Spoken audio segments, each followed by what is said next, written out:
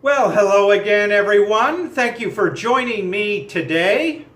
Yes, it is Jason, Cosmic RSSP Authority. You know what RSSP stands for, right? How about Real Secret Space Program? Way up there and way out there deep in space, my friends. My present subscribers, thank you guys. I hope I get some new ones after this video. But you guys know I love to talk about and show this powerful, beautiful photo. I think it is one of the most powerful, beautiful photos out there, my friends. And it has the most ramifications of any beautiful photograph. This is true evidence, my friends, of amazing technology, okay? And it is an alien. It says, infrared photograph of one of the gigantic cylindrical objects taken by the Hubble in the rings of Saturn. Yes, baby, they're all the way out there in the rings of Saturn. And if you guys watch my previous videos, I show you that is staffed by U.S. naval officers without question. That is the U.S. Navy, my friends. But that's not what this video is about. And before we get into it, just a quick reminder, guys, if you think I have a lot of value to give, if you appreciate my intellectual honesty, and my deep hardcore research, and if you just enjoy my videos in general, hopefully I'm igniting your intellectual curiosities and fertile imaginations out there. But I hope you guys will subscribe, give me that thumbs up, maybe share my videos, and feel free to leave a comment. I'll read them, okay? And I do. So let's get into it, shall we? Today I want to discuss the U.S., the United States, being a Nazi-esque model. That's right.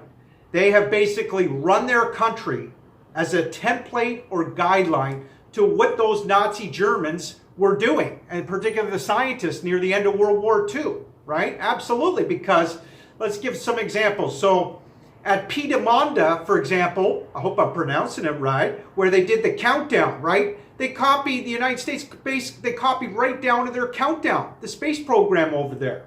Okay? And then what did the United States do in 1947? Well, many of us know, right? Very important part of history as well. The Americans brought over hundreds of paperclip Nazi scientists, right? These brilliant Nazi German scientists over. And why did they do it? I don't know if a lot of people ask that question. Why did the Americans make the devil dealings with the Nazis? And why do I say devil dealings? Well, first of all, they chose them as subjects, okay, due to their technological prowess. And what was their technological prowess? Well, the Nazis, we know, we got the documents finally in 1990, okay, after reunification with Eastern Europe, joining in sort of a shotgun wedding with Western Germany. We finally got the documents that they had a project called the Glock in German, which stands for the bell. Okay, and it was shaped like a bell. This thing was rated more top secret than the atom bomb. That's right. Now, I'm not going to get into all the technology of this bell, but let's just say, not on this video anyways, we'll do videos on it, but it was a gateway technology. The Nazi German scientists had made a breakthrough, a significant breakthrough. They knew it had future ramifications for amazing technologies. Like I said, a gateway technology, and I describe it as a primitive anti-gravity. This thing levitated. It didn't fly like your typical UFOs, and we know from witnesses of concentration survivors who saw it. And I forget the name of the person who talked about the project. He signed affidavit, but so just truly amazing. And so that is why I believe the Americans made the devil dealings with those Nazi scientists. And those devil dealings, the dirty little secret that the Americans don't like to talk about very much, right, is the fact that they whitewashed almost all those Nazi scientists' records. Yes, and gave them beautiful lifestyles. Apparently they were driving in brand new Cadillacs or Mercedes, right? And, of course you had your Jewish brilliant scientists like Einstein and his comrades. they were totally vehemently against, the Nazi scientists coming here for good reason. I mean, not all of them were evil, but a lot of them had a bad moral compass, right? I mean, a lot of of course, we know what the Nazis did to the Jews, putting them in death camps and slave labor camps and killing them. So this is why the Americans made those devil dealings, my friends. They knew that the Nazis made a significant gravity breakthrough, and the Americans wanted to continue that research. And in my previous video, I hope you guys will watch it. It was actually not on the last video, but the video before. I really got into showing you, without a doubt, that the Americans had a mega Manhattan-like project in terms of researching, testing gravity, testing this amazing anti-gravity electromagnetic propulsion, eventually harnessing this legendary free energy, my friends. The anti-gravity electromagnetic propulsion, getting that energy from the zero-point energy, the ether of space, which is truly powerful, allowing these massive cigar-shaped craft, for example, to go all the way in the rings of Saturn. And this has been measured at least 2 miles in length, as big as small cities, okay? Truly remarkable, right? So that's why the Americans made those devil dealings. They chose to do it. And they knew that the Nazis, they also chose some subjects, I believe, due to their subordination in sort of in their common interest in taking those corporate interests to the end game. And I would say now it's corporate space interests for the last few decades, no question about it. Okay, these multinational corporate elitists. And you know what, let's go back a little bit further, my friends. What were the Nazis about? What were those Nazi Germans about? Well, they were all about multinational corporate state with multinational ruling, right? The banksters in control. Hitler wanted a social welfare state. I think some of those things are not necessarily a bad thing, but certainly the corporatism, setting all these front companies out, that was a Nazi model, and the Americans have played by that, my friends. With those Nazis, they have set it up to where, so many private banks, it's got out of control, where you got your private banks and financial institutions, right, exercising dominant control in many countries all over the world, And Martin Bormann, near the end of World War II, what did he do? And after the war, he set up front companies, right, with Nazi liaison officers around the world, okay? And he played a major role in creating, this sort of influencing the European Union and how it's set up. The European Union is largely set up as a template to what Martin Bormann was trying to accomplish and what he did, right? IG Pharma, again, the private banks moving all that money, they moved all that German Nazi loot to so many banking systems, the Bank of Switzerland, the Bank of International Settlements, and so forth. So you had major, major money. I think that was another reason why the Americans, and the Nazis played an integral part. They literally infiltrated the deep state. I can't stress this enough, my friends. They literally infiltrated the deep state of America when they came here in 1947 and afterwards. And I'll give you a quick example. Again, all the Naziesk model describing, okay? Walter Dornberger, Dark Journalists did a great job on this. Walter Dornberger, it was found out, Dark Journalists actually found this out, that he was on an itinerary list. This was, by the way, Walter Dornberger was one of the most notorious Nazis, my friends. This guy was known to hang people in the slave labor camps if they didn't agree with him. Okay? This guy could have, he had some real evil qualities. And he was a pretty brilliant guy and really a great command leader and stuff. But my friends, what did the Americans do with this guy? Well, first of all, he was found out to be on an itinerary list with him and his wife going to dinner with Nixon and his wife. Yes, several times. You talk about a deep state player, man. And what did the Americans do as well? They gave him vice president of Bell Helicopter. You talk about infiltrating the sensitive national, intelligence agencies, the military-industrial complex, giving him a position like that. And it just goes on and on from there, my friends.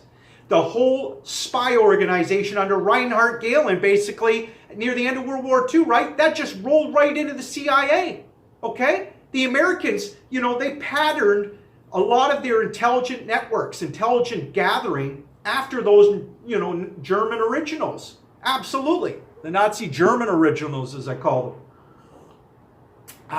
Just had a good workout, by the way.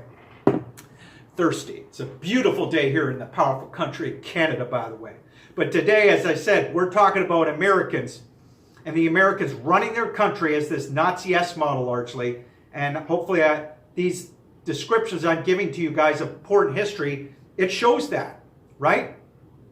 So again, Dornberger was a deep state player. You had a 1952, for example, UFO flyover, where I told you they were doing that epic human project in terms of researching, testing, amazing gravity research in the 1950s. You had UFO flying programs as well in 1947 with the crashes at Roswell, you know, the Aztec crash. A lot of rumors that there were UFOs flying out of the oceans in Antarctica as well when Admiral Byrd sent his fleet there. Just amazing stuff going on in 1947, my friends. And the Americans and the Nazis, we know, were working together on very highly classified, ultra top secret UFO flying programs. And you never need an ET explanation, by the way. Not for Roswell, Aztec, or any UFO crash. Richard Dolan on his live streams, by the way, he loves to regurgitate ET stories. I think he knows too, as a historian, he should know that it's all military UFOs and always has been. Let us search for extraterrestrial life, right? Let's cosmologists, astronomers do their jobs. But back to the Naziesk model, my friends. So you had a very famous UFO flyover seen by many witnesses above the Washington Capitol. Well, who do you think that was? I've been trying to figure out that whole incident for myself. Who was responsible for that?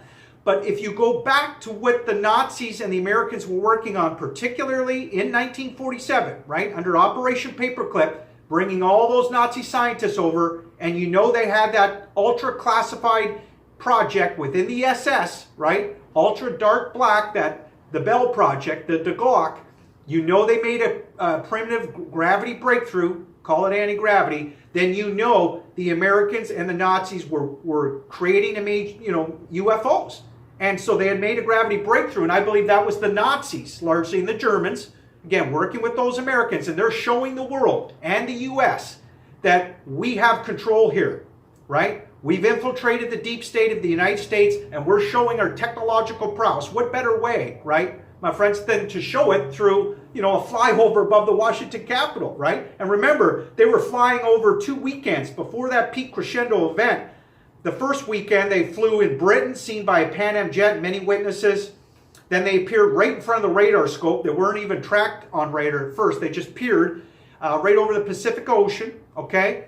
And then again, the peak crescendo event the following weekend, fly over right above Washington Capitol. So they were flying all over the place.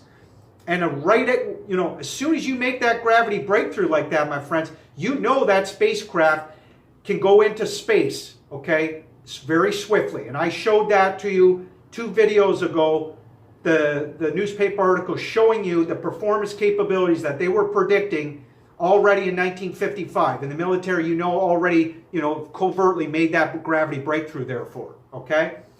So now what else did the Americans do? How else have they run their country largely to what those Nazi and Germans were all about and what they were doing? Well, I told you, the private corporations, we see so much corporate control. Again, that's largely what the Nazis were all about, the Germans back then, right? A multinational corporate state, like I said. And so when you talk about military UFO flying programs and other technologies, I've always told you guys, they use private corporations. And Billy Carson, who owns his own space company, he tells you, they often use private corporations that are usually affiliated and contracted within the military. That way they can hide everything. The resources, the trillions of dollars, the secret endowment of trillions and trillions of dollars. As I always say, that's just disappearing down a black hole. A lot of that, and the technologies, my friends, that has been all moved to these companies, these huge private corporations, okay? And here's the crucial part. They're usually affiliated and contracted within the military. And that way, like I said, they can hide everything, my friends, and the people, I would say. We're going to get into the slave labor that I believe is going off-world. Yeah, it sounds wild, I know, and it is, but it's happening, my friends. Absolutely, we need transparency and truth on all this, okay? So how else have the U.S. run their country as a template guideline, as I described as a Naziesk model? Well, I told you about the intelligence gathering, intelligent networks. We've spoken about the private corporations, right? Think about that. And during the Clinton administration, what did you have going on? It was a really dirty game. Catherine did a great job, I think, in describing this. Catherine Austin Fitts, who worked under the Bush administration, Assistant Secretary for HUD, Housing and Urban Development, right? She's looked at the covert side. She saw how the government was working. She knows and tells you during the Clinton administration, it was such a dirty game going on. They were rounding up, or first of all, they were, taking innocent people, throwing them into military slave labor camps, right? Working for the military and stealing their, real estate in the process and their property. So that was the same thing what the Nazis were doing, my friends. Really. I mean, talk about despicable. I mean, even Catherine says in a lot of ways it was worse than what Hitler was doing. They were doing the same thing as I just described. And then under Clinton, what did you have going on as well? Well, eventually Eric Holder was rounding up innocent black teenagers, stuffing them into prisons. So it was not only bipartisan, it was biracial, right? And then you had Hillary running for office. Here's the hypocrisy in the United States, right? And politics. I'm sure the United States is not the only one that is, can be very hypocritical with their governments, unfortunately. There's a lot of great American citizens. I always want to qualify that. Absolutely. And some good government officials. But there's a lot that we need to fix. And here's an example. Hillary, so she runs for office, and what was she doing? She was trying to get the black vote, of course. And yet you're getting innocent black teenagers stuffed into prisons? Come on. Just nuts. And that's what was happening, my friends. So that's a Nazi-esque model, right? And then, what do you got? The word Homeland Security. Homeland Security. Is that subtle? I don't think so, right? So again, the United States have run their country largely as a template or guideline to what those German originalists were doing, and a lot to what the Nazis were doing. Okay, Nazi scientists, and what they were all about too. All right, and you got what's his name? Oh, I always forget this guy's name. He said it's not like it's like hotels, but it's like concentration camps, but it's hotels. John Rappaport, I think is his name. I'm not sure, but and really it is. I mean, it's incredible how it's such a Nazi-esque model as to describe the United States. It's still a great country in a lot of ways, but as I've just shown you, there's a lot of ways that the United States can improve. And you better believe, when I talk about a Nazi-esque model, my friends, there is significant Nazi German presence in space, and it's happening right in Washington, D.C. and in the Pentagon. And how do we know that? Well, not only from history, again, the Nazis infiltrating the deep state, as I showed you with Walter Dornberger and so many others, and rolling right into the CIA, into the intelligence agencies. The great Joseph P. Farrell researcher, he tells you, right, a lot of times the Americans have Nazis boots on the ground to accomplish, some of their military goals, like overthrowing, I think it was King Farouk. They had Nazis on the boots on the ground there. In Kiev, Ukraine, it was the same thing, my friends. It has been the same thing, because even Sergio Glasiev, who was, I believe, an economic advisor under Putin, several years ago, he wrote a long op-ed piece. I thought this was very interesting. And he claimed that the United States are pushing this war to the bombastic end, again in Kiev, Ukraine. And he says the only way to win, to defeat them, is to defeat the Nazis in Washington, D.C., my friends. That is what the article said. I mean, truly remarkable. And he's not going to say this out of the blue. Why would he lie about Nazis in, Washington, D.C., right there in the Pentagon, right?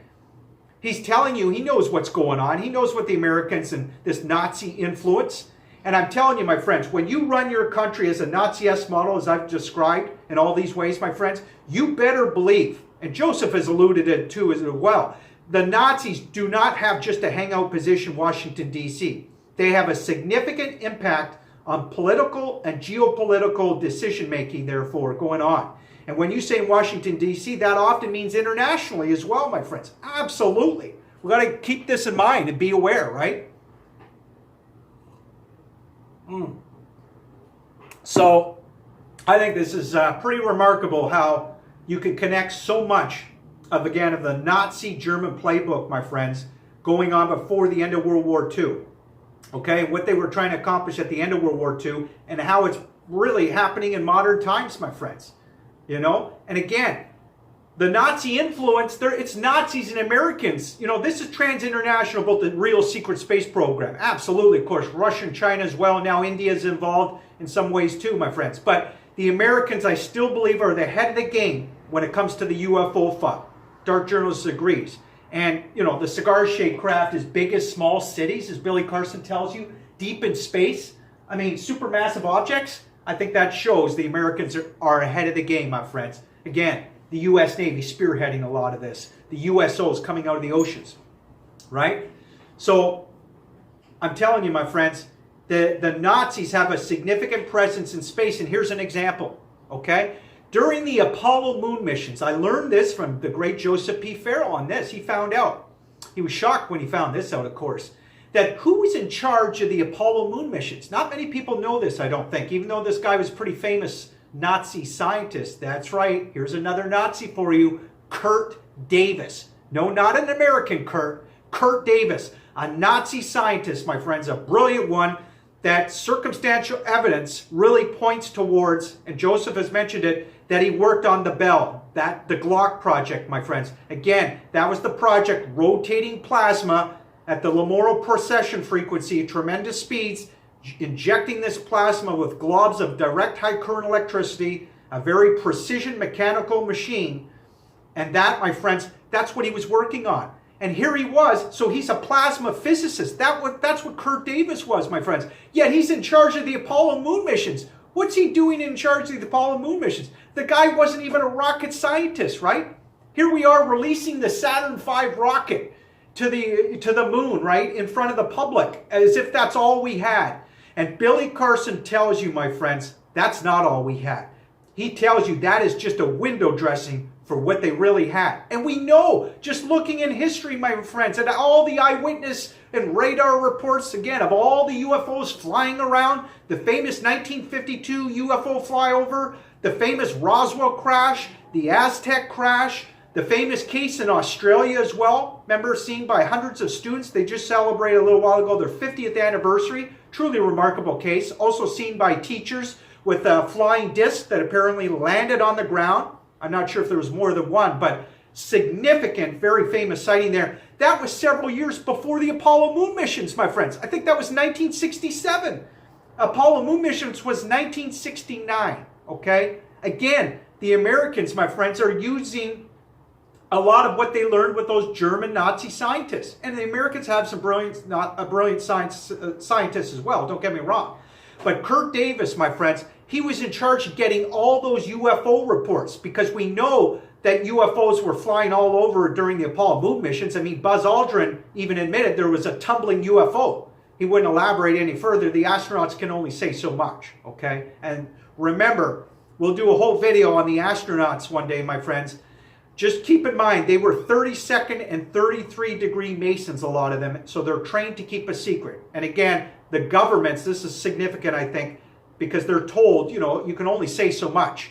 And I believe the likes of Edgar Mitchell, there's a lot of evidence that points towards that these guys went through an entrainment program, a mind alteration where a lot of their memories get erased. Because think about it, my friends, if there is covert military on the moon already, when the Apollo moon missions went there with the astronauts, and I'm sure there was, no doubt about it, lots of evidence for it, then you know, and you know how the CIA works and, you know, the military intelligence, they don't want the astronauts to talk about, you know, all the structures that they saw in the UFOs. So there's a lot of secrecy there, my friends, and we're beginning to unpack it, and we can unpack more of this evidence, okay, for it. And Edgar Mitchell, you know, we're going to do a video on this guy because I think, God rest his soul, he's no longer with us, and none of the 3 Apollo astronauts are no longer with us. They've all died, right? Buzz Aldrin, of course, and Neil Armstrong, they've died, they've passed away as well. But I think Edgar Mitchell, he was a CIA asset. He chose to be one in his later years of his career because this guy subscribed to ET. He was throwing out disinformation, I believe, my friends. He was telling the world for years, right, that, oh, he thought it was very likely or could be that there's extraterrestrials on the far side of the moon. And just as significantly, he was saying that he believed that the old-timers because they were coming up to him apparently and saying that there was E.T. visiting us, and Edgar Mitchell was convinced of it. My friends, when people start to say that, particularly a NASA astronaut who, you know, he knows what really was happening on the moon, then you know right away he's following the CIA playbook. And I believe he wrote he was an editor or wrote articles for a magazine, and I heard one researcher, interestingly, a couple of years ago, thought too that he worked for the CIA with this magazine, that it was sort of a CIA front magazine or something. So we got to keep that in mind. I think that's true, my friends, that Edgar Mitchell was a CIA asset. But of course, you'll never learn this from the likes of Richard Dolan, who does some other good work, but he loved to regurgitate the fact that he talked to Edgar Mitchell and he believes everything Edgar Mitchell said, and you know that we should believe, in other words, Edgar Mitchell's stories, that there very well could be extraterrestrials on the far side of the moon, and that he talked with the old timers and he's told the truth that E.T. are visiting us. We got to use discernment. Be careful there, my friends, if you want the real truth, because that's not true. E.T. never visited us. Extraterrestrials were not there on the moon, my friends. They have never been on the far side of the moon as far as I could tell. That is all military UFOs. Again, reason, logic, common sense, my friends, right? Part of history. Once the Americans made that gravity breakthrough with those Nazi paperclip scientists, then you know immediately they've got exoatmospheric spacecraft. And again, you could see by the historical legacy of this gravity research and the eyewitness accounts of UFOs flying all over the place, my friends. But why do Richard Dole and other ufologists, why do they subscribe that we've been visited by E.T.? Why do they bring up all this uncertainty about who's piloting these UFOs, or they are E.T. or they could be E.T.? Well, I would say, my friends, I think it's to sell a lot more books, because it certainly does, right? And I think that's selling yourself out, in my opinion. I think it's pretty clear. But, you know, anyway, this is about the Naziesk model, the Americans. This video primarily is what I wanted to talk about today, my friends. Again, significant presence in space and here on Earth as well, in a lot of ways. And I just hope that we can control this private banking systems and this corporate control, my friends. We've got to slow that down somehow. We have to get our power and sovereignty back, as I always say, my friends, and we can do it. We've got to unite our thinking, and we can do it. We can assert a real, and we can facilitate a real transformative paradigm shift of thinking, my friends, and ultimately a transformative change in this world. It's going to start with a cultural drive, a cultural shift. It's going to take a lot of prototyping, but ultimately we can make that societal shift and get our divine right to this amazing anti-gravity and electromagnetic propulsion. Absolutely we can, my friends, but we've got to fight the good fight on this. And we got to realize, you know, I think it's important to realize how the Americans largely have run their country in the last few decades. You know, there's some great things that have happened in America as well, no doubt about it. But a lot of it's a Nazi-esque model, and it's not all good, okay? So let's know that, all right? Let's get some transparency and truth on that. Thank you very much for listening, my friends. I hope you guys have a great day. I hope you'll subscribe. I hope you give me a thumbs up. I haven't had many new subscribers lately on my last few videos. I don't know why.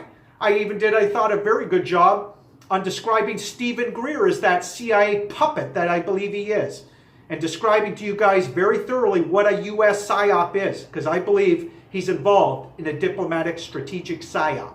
Okay? Absolutely. I think if I'm not mistaken, even Stephen Greer may have a German Nazi lineage or German lineage. I'm not sure. You guys could check out for me, my present subscribers, if you don't mind. Okay? Thanks, guys. I need your support. I want your support so we can get the truth and transparency out there together. And I need your guys' support and want your support so we can take my channel to the next level, especially if you guys want more titillating and tantalizing revelations on what's happening with the RSSP, Real Secret Space Program, baby. Okay? And we'll get into talking about the stealth military patches more on other videos, my friends. I've talked about it before. It's so significant. The secret symbols they encrypt. And we'll do it again. Okay? Thanks, guys. Have a great day. Live strong. Thanks for watching my video. Hope you enjoy. See ya. Bye-bye.